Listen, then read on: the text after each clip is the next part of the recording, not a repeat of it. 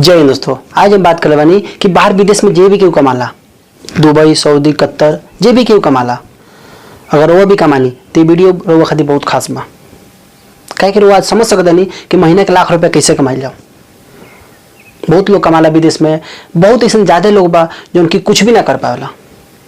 2 साल 3 साल बहुत मुश्किल से काटेला, वहाँ बहुत मेहनत करेला, लेकिन कुछ कर ना पावेला। ऐसा काहे होला? आज हमने ये बात के समझे की कोशिश कर ली कि ऐसा काहे होला कि बहुत ज्यादा लोग बा कि जो कुछ भी ना कर पावेला। 2 साल रहेला, 3 साल रहेला, बहुत मेहनत करेला, लेकिन कुछ कर ना पावेला। अपन कर्जा देवे में, घर के परिवार के चलावे में परेशान रहेला। ऐसा काहे होला?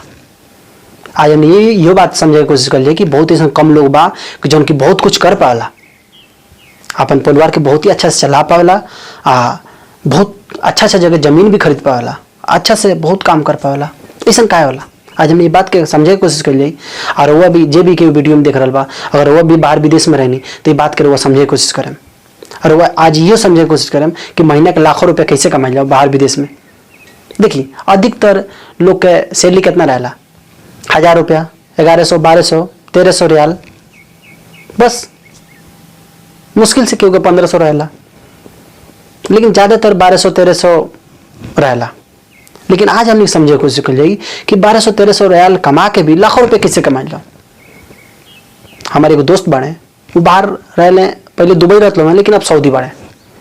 उनका समय एक दिन पूछनी कि रोवा ऐसा का करे नहीं वहाँ जाके कि रोवा इतना पैसा कमा पावे नहीं, इतना अच्छा जगह जमीन लेनी रोवा, इतना अच्छा से परिवार से चलावे नहीं, परिवार के बहुत ही अच्छा चलावे लोग। तो उनका से पूछनी तो कहते देखा राजा भाई, लोग जाला तो अपन दिमाग के बंद करके रखेला। वहाँ बाहर विदेश में जाला तो लोग अपन दिमाग के बंद करके रखेला, लेकिन हम अपने दिमाग के खोल के रखे नहीं। कहली कैसे? जैसे कि तो कहले कि देखो हम बताओ तनी। वो बतैले कि देखो हम जानी तो जैसे हम ड्यूटी गई नहीं, हमारे 1500 रियाल बा, मतलब 30,000 महीने के 30,000 रुपया हम कमा पानी जौन हमार ड्यूटी बा। लेकिन पार्ट टाइम में जौन हम कमानी ओकर कमाई हमार बहुत ज्यादा बा। कहन कैसे? कहले देखा बाहर विदेश में लोग जाला तो लोग के दिमाग बंद रहेला, लोग ताश खेलेला, अपन ग्रुप में जन रूम में के जन पार्टनर रहेला लोग, वो लोग साथे ताश खेले बैठ जाला लोग। हम ऐसा कोनो काम करे नहीं। लोग वीडियो कॉलिंग बतियाला तो 1 घंटा 2 घंटा 3 घंटा वीडियो कॉलिंग में लागले रह जाला। हम ऐसा गलती का ना करे नहीं। हम घरे बतियाओ नहीं, ऐसा नहीं कि हम ना बतियाओ नहीं, लेकिन हम 5 मिनट 10 मिनट बतियाओ नहीं। 2 घंटा 3 घंटा हम ना बतिया पाओ नहीं, काहे कि हमारा लगा उतना टाइम ना रहला। हम ड्यूटी जानी, ड्यूटी से आनी, हमारे 30,000 रुपया महीना के ऊ होला। अब बाकी जो पैसा बा, जैसे हम महीना के 1 लाख रुपया, 80,000 रुपया, 90,000 रुपया महीना का हम घर भेज देनी। बाकी के जो पैसा बा वो हम पार्ट टाइम में कमानी, खाली टाइम में। खाली टाइम में हम आसपास के देख नहीं कौन काम बा, जाके हम बात करे नहीं। लोग डराला, लोग लजाला, जे कैला शरम ओकर फुटर करम, तो हम शरम ना करेनी ना हम डरानी।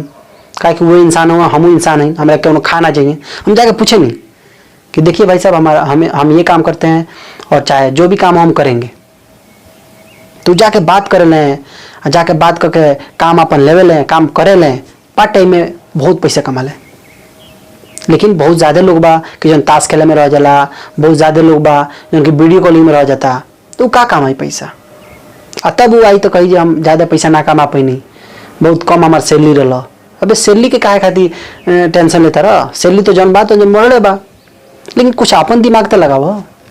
जैसे हमारे दोस्त बने, वो अपन दिमाग खोल के रखेला, वो बतैले कि हम अपन दिमाग खोल के रखे नहीं। लोग खानी हमारा दिमाग बंद ना रहेला।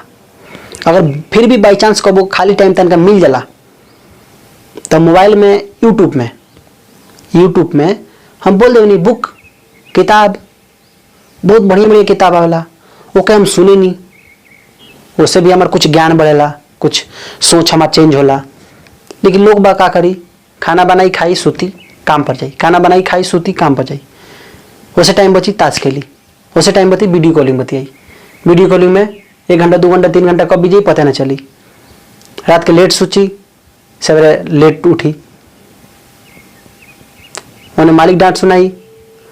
बहुत प्रकार के ऐसा बात बा जन की हमारे दोस्त बतैले, बहुत हमारा अच्छा लागल है, बहुत उनका अच्छा सोच है, शायद उनका सोच भी अच्छा बा, तबे जाके इतना पैसा कमा पावल है। अगर वो लोग भी चाहते नहीं कि महीना के 1 लाख रुपया कमाई, तो वो भी अपने दिमाग के खोल के रखी, दिमाग बंद मत करके रखी। बाहर विदेश में अगर वो रहता नहीं तो दिमाग खोल के रखी और देखिए पार्ट टाइम में कौन काम कर सकता नहीं। अगर ऐसा कुछ कर पाता नहीं तो लाखों रुपये महीने के वो भी कमा सकते नहीं, क्या कि लाखों रुपये महीना कमाई आसान बा, बहुत आसान बा। आई होप कि लोगों की बात समझ में आई हुई। जय हिंद दोस्तों।